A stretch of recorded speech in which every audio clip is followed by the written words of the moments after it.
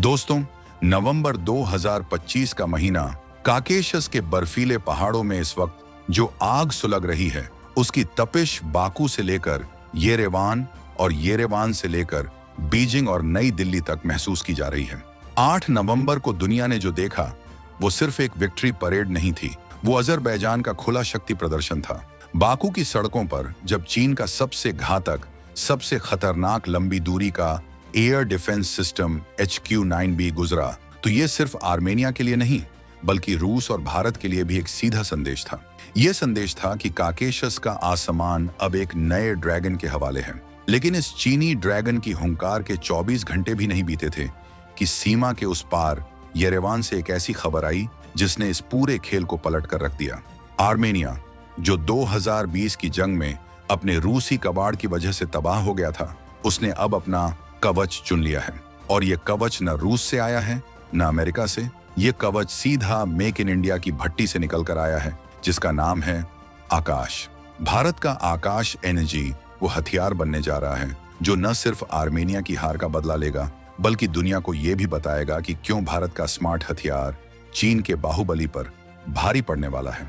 आखिर क्यों 260 kilometre range वाले चीनी दानव के सामने आर्मेनिया ने 80 किलोमीटर वाले आकाश पर दांव लगाया? क्या भारत का ये छोटा सिस्टम चीन के बड़े सिस्टम को मात दे पाएगा? और इस $3.5 अरब के महासौदे के पीछे की वो कौन सी सीक्रेट टेक्नोलॉजी है जिसने रूस और चीन दोनों की नींद उड़ा दी है? हम आपको बताएंगे इस धमाकेदार खबर की पूरी कहानी, तो बने रहिएगा वीडियो पर। और इस संबंध में आपके जो भी विचार हों कमेंट में लिखकर जरूर बताइएगा। तो चलिए इस महासंग्राम की बिसात को जरा परत दर परत खोलते हैं। सबसे पहले बात करते हैं उस चीनी ड्रैगन की जिसने बाकू की परेड में सारी सुर्खियां बटोरी। ये है HQ-9B, चीन का सबसे एडवांस्ड यानी सबसे आधुनिक लंबी दूरी का surface to air missile system. 8 नवंबर 2025 को जब ये अजरबैजान की सेना की वर्दी में दुनिया के सामने आया तो डिफेंस एक्सपर्ट्स के कान खड़े हो गए। ये कोई मजाक नहीं था।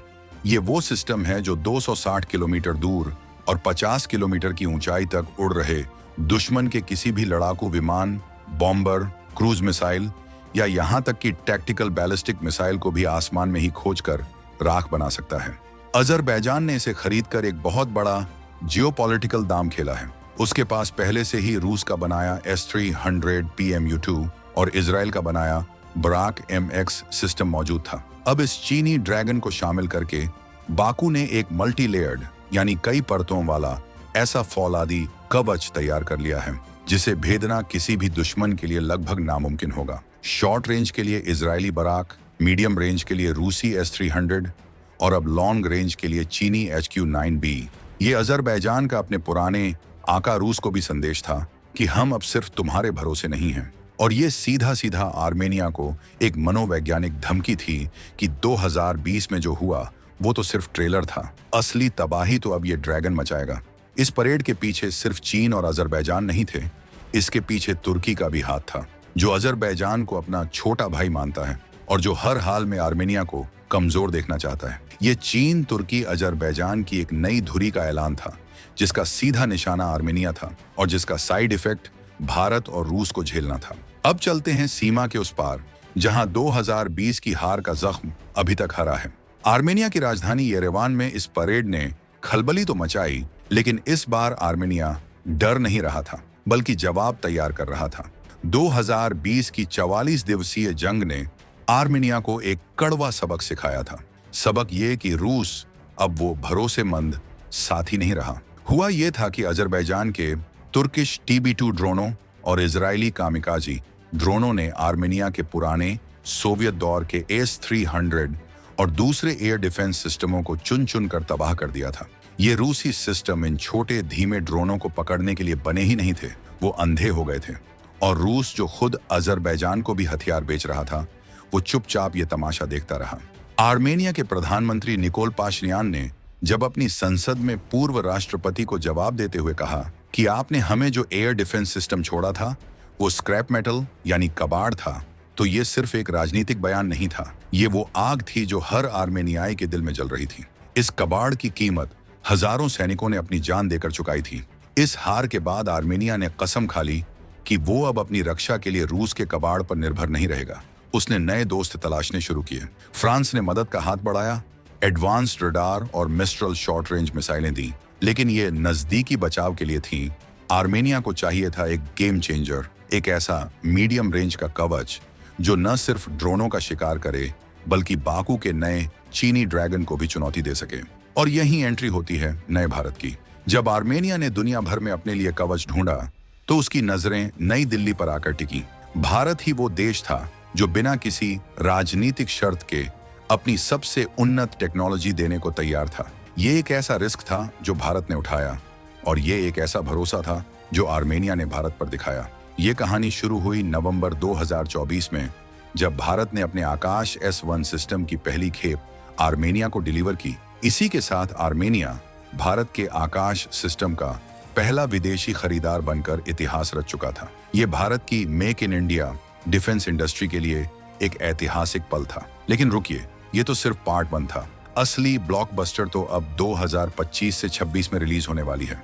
जैसे ही HQ-9B की खबर आई, भारत और आर्मेनिया ने अपने महासौदे को फास्ट ट्रैक कर दिया। ये सौदा है 3 अरब 50 करोड़ डॉलर का। ये सिर्फ कुछ मिसाइलों का सौदा नहीं है, ये आर्मेनिया के पूरे एयर डिफेंस सिस्टम को अपग्रेड करने का सौदा है। और इस सौदे का हीरो है आकाश NG नेक्स्ट जनरेशन। ये वो हथियार है जिसे DRDO ने आज की स्मार्ट जंग के लिए बनाया है। ये आकाश S1 का वो बाप है जिसकी रेंज 70 से 80 किलोमीटर है, लेकिन इसकी ताकत इसकी रेंज में नहीं, इसके दिमाग में है। ये वो ब्रह्मास्त्र है जो चीन के बाहुबली HQ-9B को भी पानी पिला सकता है। ये एक ऐसा स्मार्ट शिकारी है जो खास तौर पर स्टील्थ लड़ाकू विमानों, रडार की पकड़ में न आने वाले लो RCS टारगेट्स और तेजी से आते क्रूज मिसाइलों का शिकार करने के लिए ही बना है। अब आता है वो $1 मिलियन सवाल जिसका जवाब आप सब सुनना चाहते हैं। आखिर कैसे 80 किलोमीटर रेंज वाला आकाश NG चीन के 260 किलोमीटर रेंज वाले बाहुबली HQ-9B को मात दे सकता है? कागज पर तो चीन का ड्रैगन हर मामले में 3 गुना बड़ा और 3 गुना ज्यादा ताकतवर दिखता है। HQ-9B की मिसाइल का वजन 2000 किलो है, जबकि आकाश NG की मिसाइल सिर्फ 350 किलो की है। तो क्या ये डेविड बनाम गोलियत की लड़ाई है? जी हाँ, ये बिल्कुल वैसी ही लड़ाई है। और यहाँ भी डेविड यानी भारत का आकाश ही जीतने वाला है। क्यों?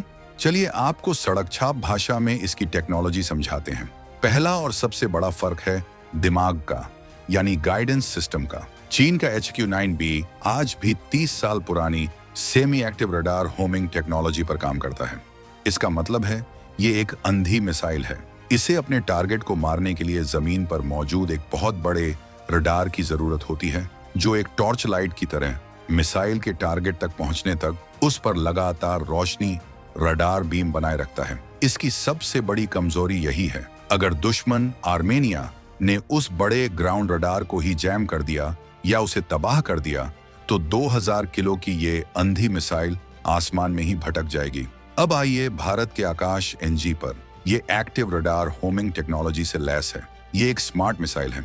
इसके नाक में इसका खुद का छोटा लेकिन बेहद शक्तिशाली कू बैंड रडार लगा है, यानी इसकी खुद की आंखें हैं। ये फायर एंड फॉरगेट है, यानी जमीन पर मौजूद रडार को बस 1 सेकंड के लिए मिसाइल को यह बताना है कि दुश्मन उस दिशा में है और लॉन्च।